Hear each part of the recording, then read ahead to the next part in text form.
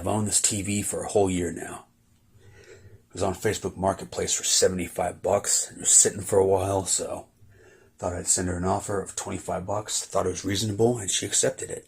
There have been several TVs here before. First was the Vizio flat screen, my parents' first HD TV. That was free, of course. Then I got the 89 LXI, that was free. The JVC AV, that was also free. Then the Sylvania. Here are the buttons on the front panel. Menu, TV video, volume up and down, channel up and down. I haven't had any issues with this TV, except for 12 days later. I powered it on and it was making this weird noise. I think it was arcing or something. Here's a clip of that. 2 AV inputs, S-video, and RF.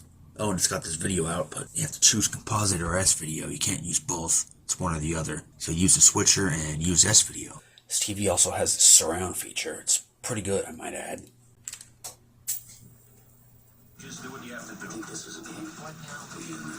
Hopefully it's in focus.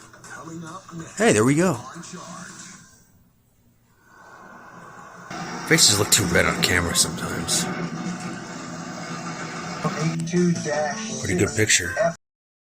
Convergence looks pretty good. Some people had issues with that, but on here it seems to be alright. Here's the very center. It's perfect, like it should be. That's amazing. That looks pretty good. It's really clear. Looks better. Yeah, you can see the yellows how they're almost fluorescent. Since the initial video of this TV, I've learned a few things. This has a bonded yoke. I knew that in the first video, but what I didn't know was apparently you can't adjust convergence on a bonded yoke. And it doesn't really bother me. It's only bad in one corner. All the other corners are fine. The yellows on the set are amazing. You walk in with legs up to your neck. Wake up! You'll never know. Nature, take my tongue, and I am aware now of how everything's gonna be fine. It's actually keeping focus. Wow.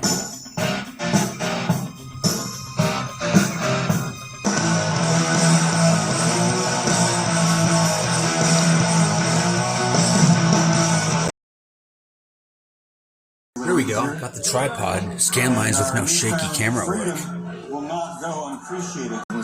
That looks freaking cool. When you mute it, this shows up. Do I have that setting turned on? Off. Press the CCD button. Off. Wonder if that's RGB too, like the OSD. This is one of mine. TV's from 98, this episode's from 99, I believe. You got a fat chance left. Back off, Sneezy. Enough. Call me when you guys have some answers. Well, I haven't tuned it in maybe 15 years, so it should make it back to my shop. Absolutely. Looks pretty good from a distance too, even close up. Speaking of looking good. Well, you and Rob are two different people. You know, one thing I learned in law school is... You remastered this one pretty good. Yeah, but you made me go through 15 of them before we found one that said that. That old set, Admiral. Laura, may I see you again? Gotta see it from a distance. Yeah, I think it is. You know that ladder that leads up to McCluskey's fire escape? You know, the one that you have to jump up to pull down? Yeah. I think it comes down without jumping up and pulling.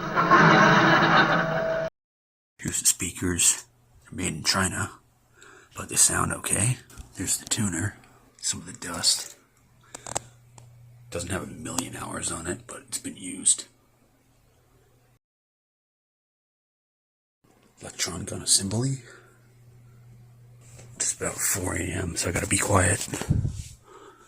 Some Marcon capacitors. Toshiba used them for decades. They went out of business. Or maybe they just quit making caps. Oh. This wasn't made in New York. Since the initial video of this TV, I've learned a few things. I left a note saying maybe I could use convergence strips. Fix the convergence in the corners by using convergence strips. This has a bonded yoke. I knew that in the first video, but what I didn't know was apparently you can't adjust convergence on a bonded yoke. And it doesn't really bother me. It's only bad in one corner. All the other corners are fine. I said there's a Zenith and a Samsung that has this tube in it. While that's true, it's not the same one. Here's one without the 01. That's the Zenith one. And I think the Cinema series had DBX, because this has a mention of DBX on the back, but it doesn't have it. See how it's dark on the left side? It's going to be a bit annoying. Isn't it crazy how that second time I ran this TV for many hours, the jail bar issue showed up? You can't really see it right there, but it's dark right there. Yeah, look at that.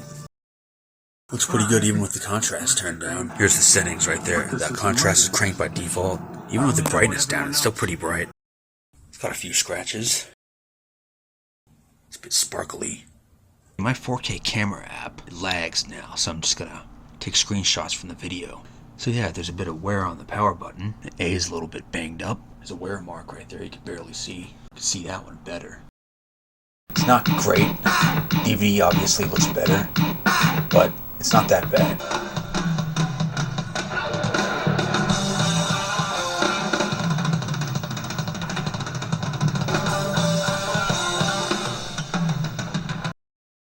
Looks like we have the lines at the top that'll lead to the destruction of the vertical output IC. Just kidding, that's from the window. Or the blinds. I will not sit here and watch you spend like a madman. It's Trinitron right there on the left. See, he's got the curve. Take a week off and the weather's always nice. It's quiet, nobody messes with you. You can go 2 or 3 weeks without seeing anybody if you want to. Beautiful place, man. That's why none of us moved to LA. Yeah, LA sucks, especially today. Fucking nightmare. I think that the reason we kind of looks like Radio TV Phone or not. And he's from Mississippi too, so that's kind of weird. Keep it real for us. You know what he looks like.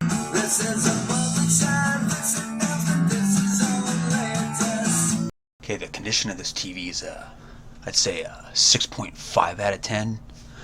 Wear on the button, the wear on the top right there, the 2 scratches on the screen. I never noticed those, but it still sucks that it's there. Sound quality, 7 out of 10. Looks, 6 out of 10. And yeah. Oh, duh. And picture quality, 7.5 out of 10. So there's the 1-year update of the 1998 Toshiba 32-inch CRT TV. Thanks for watching.